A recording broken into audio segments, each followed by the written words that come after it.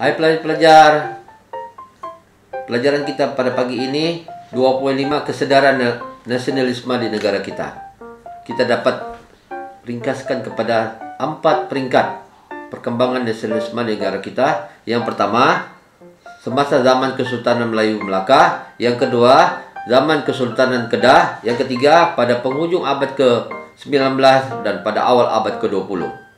Dan yang keempat ialah pada abad ke-20. Oke, kita tengok satu persatu. Yang pertama, zaman Kesultanan Melayu Melaka. Kesadaran ini dapat kita lihat semasa Sultan Muzaffar Shah dan juga Sultan Mahmud Shah. Semasa zaman Sultan Mahmud Shah, selepas berundur dari Melaka, Sultan dan orang-orang Melaka telah berusaha untuk mendapatkan semula Melaka daripada tangan Portugis. Mereka telah berusaha sebanyak 3 kali, walaupun gagal. Oke, peringkat kedua, semasa Kesultanan Kedah. Sultan yang bertanggung jawab yang membawa kepada kesadaran ini ialah Sultan Abdullah Mukarram Shah, yang menentang Syarikat India Timur Inggris ataupun dikenal sebagai SSTI. Baginda telah berusaha untuk mendapatkan semula Pulau Pinang kembali yang merupakan wilayah Kedah.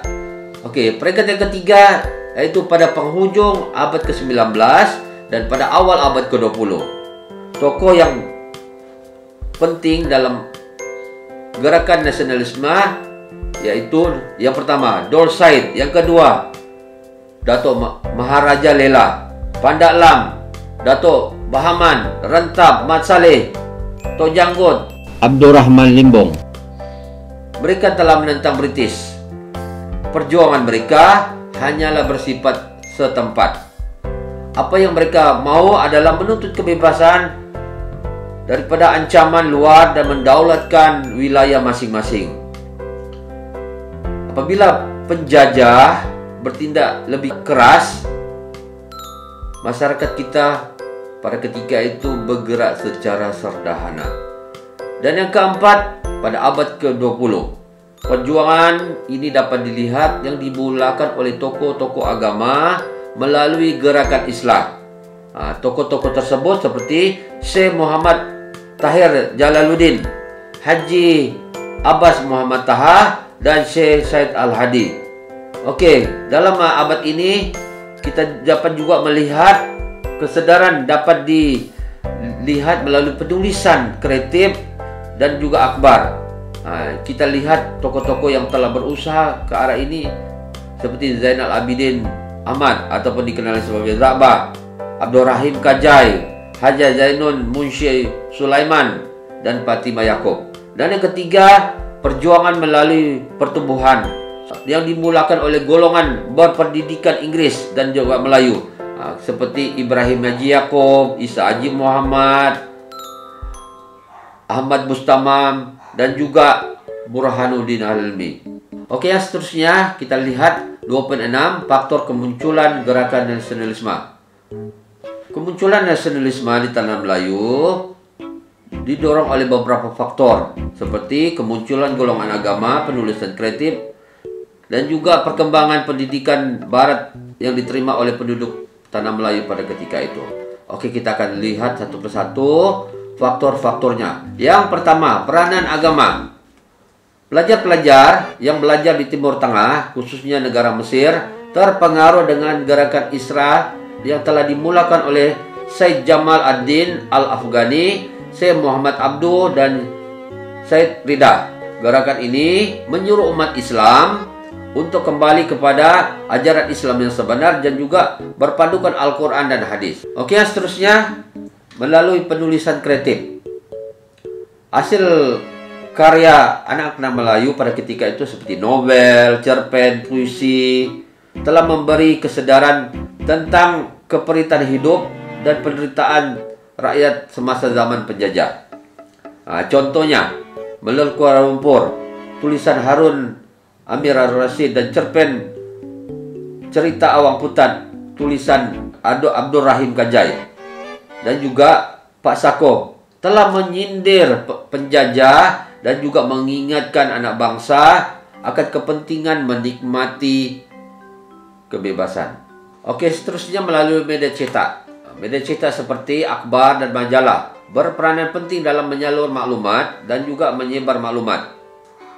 Antara akhbar yang penting pada ketika itu seperti Jawa Peranakan yang menegur campur tangan British dalam soal agama di Singapura dan isu bahasa Melayu. Seterusnya akhbar sekolah Melayu digunakan untuk pembacaan di sekolah-sekolah Melayu. Akhbar lain seperti Al-Imam, Neraca dan Pengasuh memuatkan idea pembaharuan. Akhbar seperti Fajar Sarawak pula mengkritik dan juga mengkritik dasar penjajah Brok yang mengabaikan hak dan kepentingan Bumi Putra Sarawak. Seterusnya melalui sistem pendidikan. Pendidikan modern Islam pada ketika itu melalui penubuhan madrasah yang meniupkan semangat baharu dalam kalangan pelajar pada awal abad ke-20. Antara madrasah yang berperanan penting seperti Madrasah Al-Mansur di Pulau Pinang dan juga Madrasah Al-Idrisiyah di Kuala Kangsar. Institusi ini juga menerima idea nasionalisme melalui kunjungan para ulama khususnya dari kaum muda dan juga dari Sumatera Barat dan juga yang pulang dari Mesir. Melalui sistem pendidikan ini, pelajar-pelajar telah didedahkan melalui tokoh-tokoh Islam dan juga yang berpendidikan Barat tentang kelemahan bangsa yang telah dijajah dan mendesak British untuk melakukan perubahan. Oke, yang seterusnya kemunculan golongan intelektual. Hasil daripada perkembangan pendidikan, lahirlah golongan intelektual lepasan Timur Tengah seperti Said Al-Hadi yang menggerakkan idea pembaharuan dalam masyarakat. Begitu juga pendidikan Inggris dan Melayu. Lahir tokoh-tokoh Melayu seperti Abdul Qadir Adabi, Dato' Undang Rembau, Dato' Muhammad Yunus Abdullah, Ustaz Abu Bakar, dan tokoh-tokoh lain yang menggunakan akhbar untuk mendesak British menyadarkan masyarakat tentang nasionalisme. Oke, akhir sekali kita melihat pengaruh luar dan serantau. Kebangkitan gerakan Pan-Islam di Uthmaniyah menyadarkan umat Islam supaya bersatu menentang penjajah. Gerakan Islam di Mesir pula menggesa umat Islam melakukan pembaharuan secara progresif. Seterusnya kebangkitan Jepun menentang kuasa-kuasa besar seperti Rusia. Oke, kemudian kita lihat juga revolusi Cina melalui pimpinan Dr. Sun Yat-sen telah menimbulkan kesadaran nasionalisme yang telah berjaya menewaskan kerajaan Manchuria dan telah menubuhkan Republik Cina. Kemudian kita juga melihat kejayaan yang telah dilakukan oleh Mahatma Gandhi di India. Oke, kemudian juga kita lihat perjuangan Jos Rizal di Filipina dan Soekarno di Indonesia yang telah berjaya mengusir penjajah di negara mereka masing-masing.